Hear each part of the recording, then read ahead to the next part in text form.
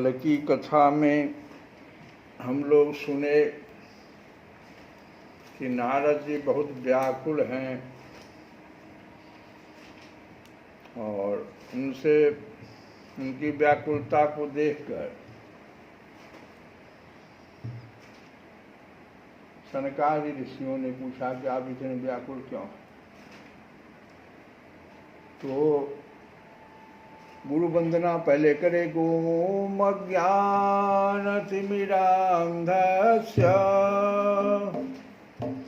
ज्ञानांजन शलाकया चक्षुरुन्मीलितं येन तस्मै श्री गुरवे नमः।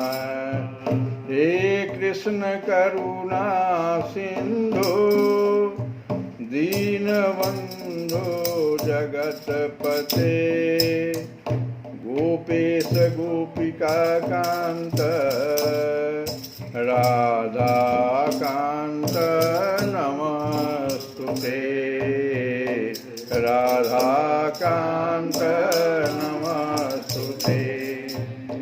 तप्त कांचन गौरांगी राधे वृंदावनेश्वरी वृषभानुसुते देवी प्रणमामि हरिप्रियं प्रणमामि हरिप्रियं।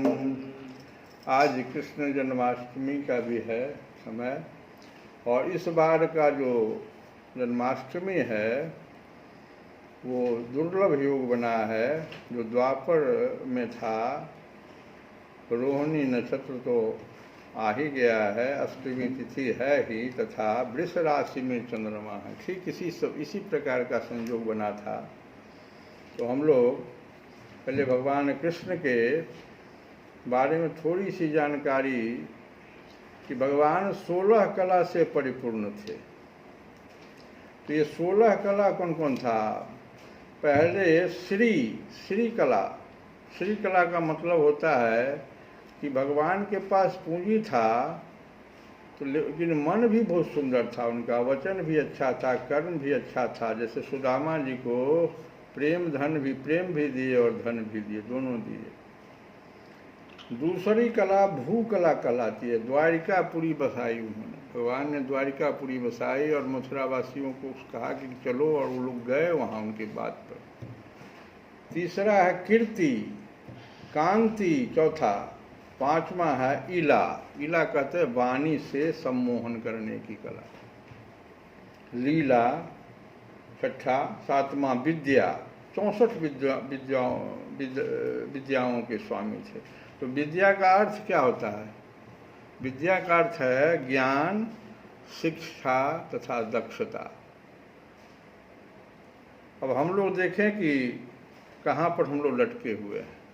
शिक्षित हो जाते हैं, ज्ञानी हो पाते हैं कि नहीं हो पाते हैं, और ज्ञानी और शिक्षित हो जाने के बाद दक्षता हम में आती है कि नहीं उस कार्य को करने की। तो भगवान में ये तीनों चीज़ था। विमला जो है उसका मतलब हुआ कि शुद्ध सरल छल कपट से रहित भगवान का विमला। उत्कर्षणी, प्रेरित करने की क्षमता थी भगवान में। विवेक और विद्या में क्या अंतर है कि विवेक में न्याय के पक्ष में विद्या का प्रयोग। जो उन्होंने कहा कि सिर्फ 5 गांव तो दे दो, लेकिन नहीं माना। यहाँ विवेक है।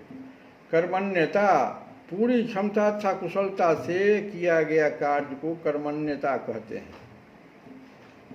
और योग शक्ति, विनयशीलता, सत्य, आधिपत्य, अनुग्रह उपकार।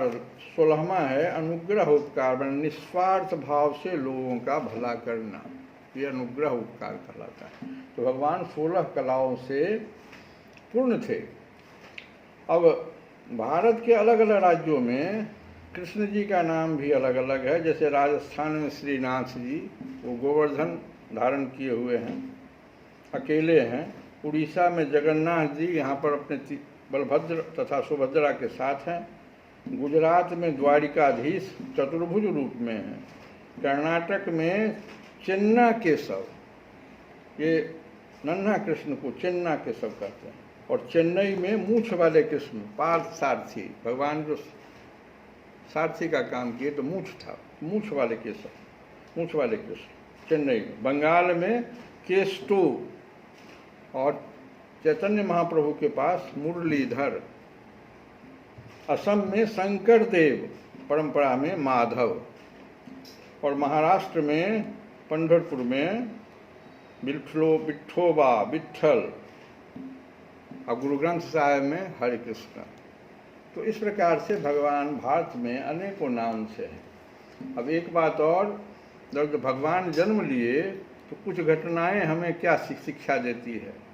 से घोर अंधकार था, हाथ पैर में जंजीर बंधी हुई थी माता पिता को। अर्थात जब आपकी ऐसी दशा आ जाती हो कि कुछ सूझ नहीं रहा हो, था कुछ कर नहीं पा रहे हों, लेकिन भगवान का नाम का रट लगा रहे हों तो भगवान आते हैं। पहली बात इससे शिक्षा मिली। सूप में बैठाकर सर पर रखकर वासुदेव जी चले, इसका क्या मतलब है? सूप और चलनी दो होता है। सूप का काम है कि सार को रख लेना और जो गंदगी है उसको बाहर गिरा देना। चलनी उल्टा करता है, वो गंदगी को रख लेता है, सार को नीचे गिरा देता है। तो सूप में रखकर भगवान को चलने का मतलब है कि ऐसा आपके पास ज्ञान होना चाहिए कि सार को रखिए, गंदगी को बाहर कर दीजिए। और गंदगी तो आप जानते हैं, काम क्रोध लोभ मोह मद मत्सर, ये नरक का पंथ है। और दूसरा मोह मूल बहुसूल, ये सब सूल हैं, दर्द देने वाले हैं। लेकिन काम क्रोध लोभ नरक का पंथ है, दोनों में अंतर है। आज बहुत अच्छी बात ये बताई। तो ये भी चीज़ ध्यान में रखना है। तो सूप का काम यही है कि अच्छे चीज़ों को रख लेता, सार को रख लेता, उसी पर भगवान को वासुदेव जी बैठाए। और दूसरी बात, जो सर पर रखे, सर पर रखने का यह मतलब है कि भगवान को जब सर पर रखिएगा आप और चलिएगा तो सभी तापों का नियंत्रण भगवान कर देते हैं। माने उनका सब जंजीर भी खुल गया, द्वारपाल सब भी सो गया, जमुना जी भी ऊपर आकर के नीचे चली गई। लेकिन जैसे ही वही वासुदेव जी हैं, लेकिन जैसे ही उन्होंने भगवान को रख दिया, योग माया को सर पर रख लिया, तो फिर से जेल में बंद हो गए। तो माया को रखिएगा आप तो जेल में बंद हो जाइएगा, और भगवान को सर पर रखिएगा तो आपको सभी तापों का नियंत्रण हो जाएगा। तो ये तीसरी शिक्षा मिलती है। और भगवान कैसे चोर हैं, उनको चोर कहता है लोग, कि जेले में आए पर भगवान जेल में आए तो चोर को जेल में ले जाता है। अब उनको चोर कहिएगा, बताइए, वो जेल में ही आ रहे हैं, लेकिन हमेशा जगाने का काम करते हैं। चोर सुलाने का काम करता है, ये जगाने का काम करते हैं। यशोदा मैया को रो रो के जगाए, जो वसुदेव जी रख दिए थे। गोकुल वासियों को बंसी बजा बजा कर जगाए, तथा अर्जुन को गीता का उपदेश देकर। ऐसे तो हमारे ठाकुर जी हैं। तो बोलिए श्री कृष्ण कन्हैया लाल की जय। और एक भगवान का भजन गावे कि अधरम मधुरम वदनम मधुरम मधुरम मधुरम वदनम नैनम मधुरम हसितम मधुरम हृदयम मधुरम गमनम मधुरम मधुराधिपते अखिलम मधुरम मधुराधिपते अखिलम मधुरम वचनम मधुरम चरितम मधुरम वचनम मधुरम चरितम मधुरम वसनम मधुरम फलितम मधुरम चरितम मधुरम गमितम मधुरम मधुराधिपते अखिलम मधुरम मधुरा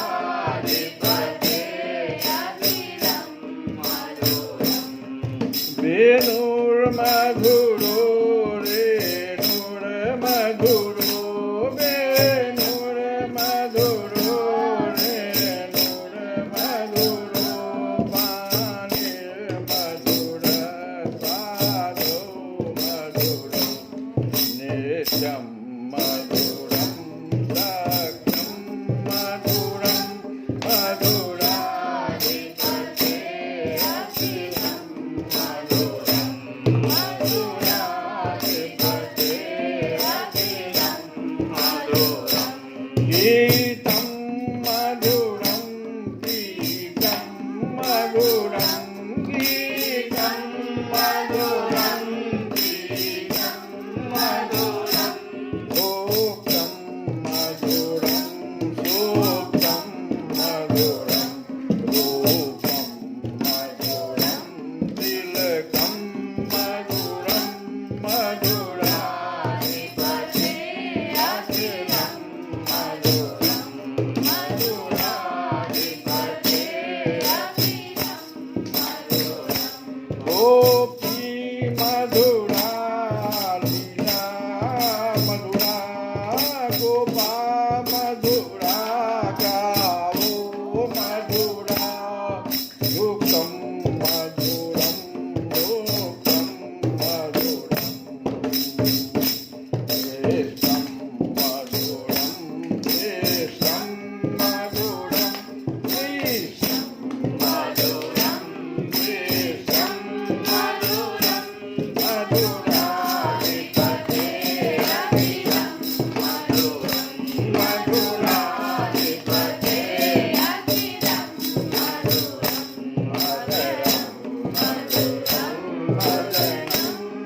मधुरम मधुरम अतितम मधुरम हृदयम मधुरम रमणम मधुरम मधुराधिपते अखिलम मधुरम मधुराधिपते अखिलम मधुरम। तो इस प्रकार से जन्माष्टमी का आज हम लोग भजन गाए। अब कल की कथा को आगे बढ़ाते हुए नारद जी से कारण पूछा कि आपका जैसे लगता है कि सारा धन लुट गया हो, आप जैसे आसक्ति रहित पुरुषों के लिए उचित नहीं है, कारण बताइए। तब नारद जी ने कहा कि मैं सर्वोत्तम लोक समझकर पृथ्वी में आया था।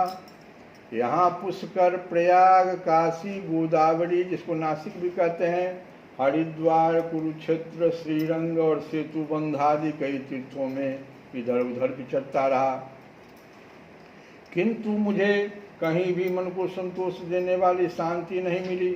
इस समय अधर्म के सहायक कलयुग ने सारी पृथ्वी को पीड़ित कर रखा है।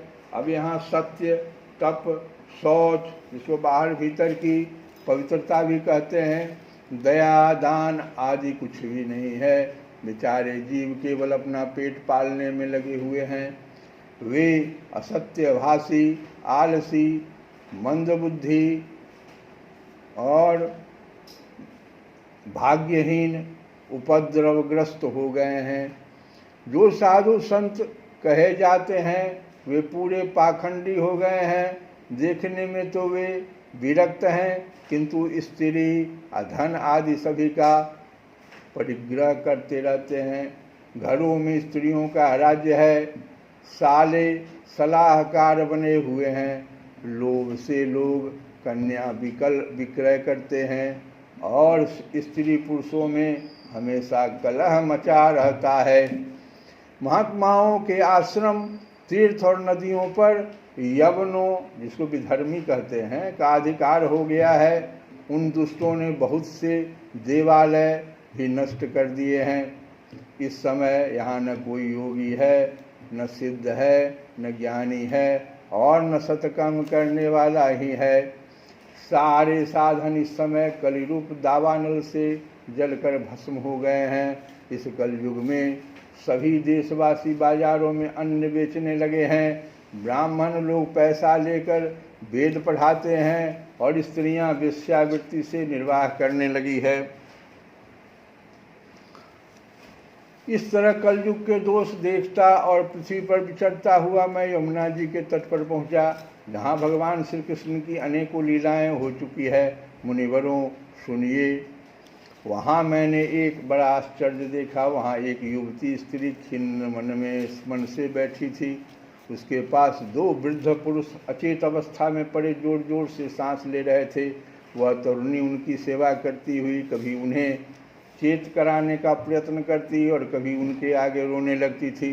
वह अपने शरीर के रक्षक परमात्मा को 10 दिशाओं में देख रही थी। उसके चारों ओर सैकड़ों स्त्रियां उसे पंखा झल रही थी और बार बार समझाती थी। दूर से यह सब चित्र देखकर मैं कुतूहलवश उसके पास चला गया। मुझे देखकर वह युवती खड़ी हो गई और बड़ी व्याकुल होकर कहने लगी। तो युवती ने कहा, जी महात्मा जी, क्षण भर ठहर जाइए और मेरी चिंता को भी नष्ट कर दीजिए। आपका दर्शन तो संसार के सभी पापों को सर्वथा नष्ट कर देने वाला है। आपके वचनों से मेरे दुख की भी बहुत कुछ शांति हो जाएगी। मनुष्य का जब बड़ा भाग्य होता है तभी संत के दर्शन हुआ करते हैं। श्री कृष्ण गोविंद हरे मुरारी।